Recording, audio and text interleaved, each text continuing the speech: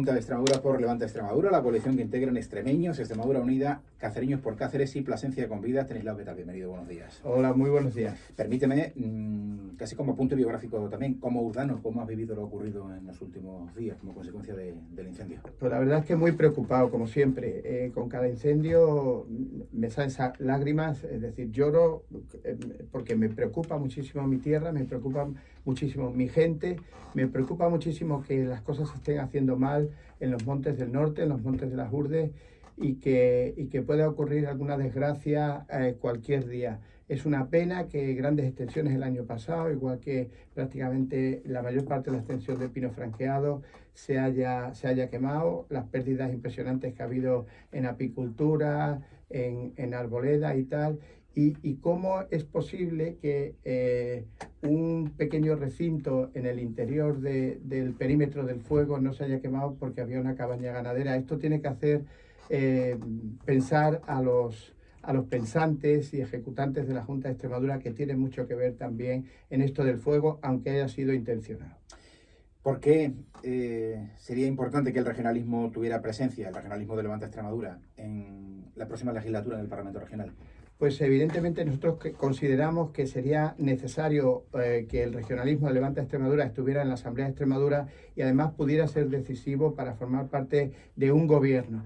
No consideramos que un gobierno con los extremos, con la extrema izquierda o con la extrema derecha, sea bueno para Extremadura. Tenemos ejemplos en Castilla y León, en el gobierno gobernando con la extrema derecha, con Vox, y tenemos ejemplos en España con ese gobierno con Podemos, un gobierno absolutamente inestable que en Extremadura sería muy perjudicial. Nosotros consideramos que un gobierno apoyado por los regionalistas, que nos movemos en un espectro ideológico de centro-izquierda, centro-derecha, y que además haríamos de contrapeso para que efectivamente las decisiones importantes se tomaran en Extremadura sin tener en cuenta los intereses de otras comunidades autónomas, porque decimos que los intereses de Extremadura no se están defendiendo aquí y no se están defendiendo en Madrid con nuestros diputados, ni tampoco por el gobierno central.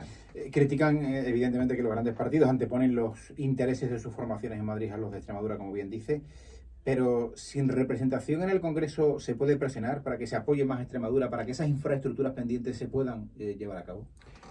Vamos a ver, sin representación en el Congreso. Ahora mismo tenemos representación en el Congreso por parte de 10 diputados y otros tantos senadores en el Congreso del Partido Socialista, de Vox y del Partido Popular, y estamos sin representación. Es decir, los diputados extremeños, Valentín García, que tanto clamaba aquí, pues ha llegado al Congreso y no se le escucha. César Ramos, es decir, a los otros, incluso están representando a otras comunidades.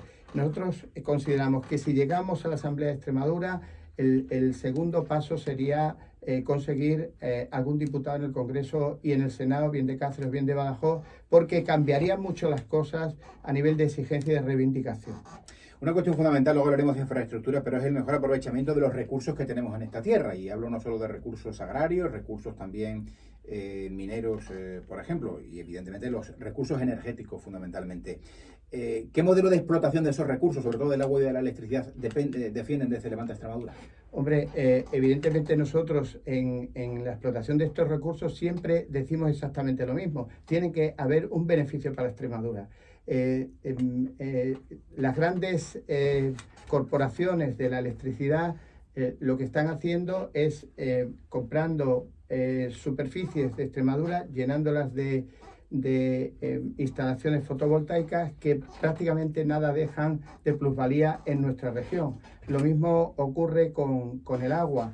Los convenios que se celebran internacionalmente o los compromisos de las cuencas hidrográficas, etcétera, siempre olvidan a Extremadura. Incluso en el trasvase Tajo Segura se beneficia mucho más a la zona de Murcia que a Extremadura. Nosotros tenemos que tener un dominio sobre estas energías y sobre el agua. Y la Junta de Extremadura tiene que poner sus condiciones a la hora de instalarse o a la hora de dictarse las normas que sean o de llegarse a los acuerdos internacionales que sean para el uso del agua. el agua pasa por aquí, el sol es de aquí, el viento es de aquí, luego nosotros tenemos algo que decir en todas estas energías. ¿Se creen las promesas de desarrollo industrial empresarial de creación de 35.000 empleos durante la próxima legislatura? No nos creemos absolutamente nada. El gobierno de Guillermo Fernández Vara está agotado, está acabado, se mantiene a base de mentiras, a base de poner primeras piedras y primeras piedras y primeras piedras y nunca terminar absolutamente nada. El espacio Navalmoral está ahí vacío, el espacio de Mérida está medio vacío, la plataforma logística hay 3 empresas, pero ¿en qué país vive el señor Fernández Vara? Es decir, en Navalmoral de la Mata estamos viendo que no se está moviendo absolutamente nada, ni se están creando viviendas, ni se están creando industrias que pudieran tener de alguna manera incidencia en lo que necesite esa gigafactoría que se dice que va a venir y que todavía no tiene financiación. Si es que el problema es que no tienen financiación y estos macroproyectos lo que vienen es a pedir dinero en primer lugar, ponen y hacen las primeras piedras y los primeros gestos, pagan los impuestos a nivel local, parece que va a empezar y estamos en época electoral, se han vendido muchas cosas, mañana después de que terminen las elecciones no habrá nada. Hablaba de impuestos, está muy presente la política fiscal en esta campaña. ¿Hay margen para bajar impuestos manteniendo los servicios públicos? Lo que sí hay margen es para bajar impuestos para mantener la población en el medio rural. Si lo que queremos es mantener la población en el medio rural, tenemos que fomentar pues, la instalación de industrias, de empresas en municipios pequeños. Estos municipios, estas empresas en el mundo rural deberían pues, no pagar determinados impuestos, incluso bajar prácticamente a cero el impuesto de transmisiones patrimoniales para que se puedan adquirir bien viviendas o bien instalaciones para uso industrial. En otras cosas, en el IRPF, bueno, los tramos más de renta más inferiores efectivamente no deben pagar tantos impuestos.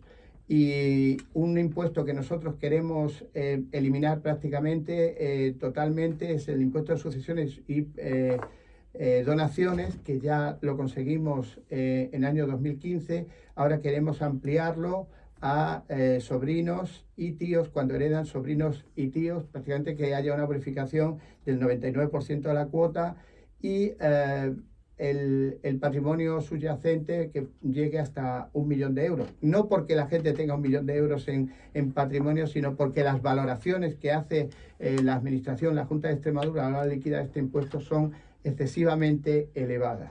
Infraestructuras. Todos los partidos prometen acometer las infraestructuras pendientes desde hace décadas, pero falta poner prioridades, dejar claro cuáles son las que hay que acometer inicialmente. Hombre, dentro de las infraestructuras evidentemente están las de movilidad, están las que no se puede permitir que ninguna comarca se quede aislada, bien por carretera o bien por ferrocarril, las infraestructuras del ferrocarril, la autovía Cáceres-Badajoz, la mejora del ferrocarril para que se nos comunique con el este peninsular, con el sur y con Portugal, es absolutamente necesario. Nosotros consideramos en este caso que hay que asumir las competencias en ferrocarril y empezar a dotar a la región de una serie de cercanías con intermodalidad, de tal manera que se pueda circular desde cualquier ciudad a cualquier comarca sin ningún problema. Las infraestructuras es algo esencial si queremos ser una autonomía del futuro, si queremos equipararnos a otras autonomías. Tenemos que tener salida de nuestros productos, bien por carretera, bien por ferrocarril, y tenemos que unirnos a esos ejes internacionales para sacar nuestros productos hacia el exterior. Somos una comunidad que tenemos muy buenos productos y tenemos que aprovechar estas infraestructuras para poderlos exportar. Son algunas de las propuestas de Levanta Extremadura de cara a la cita con las urnas del próximo domingo.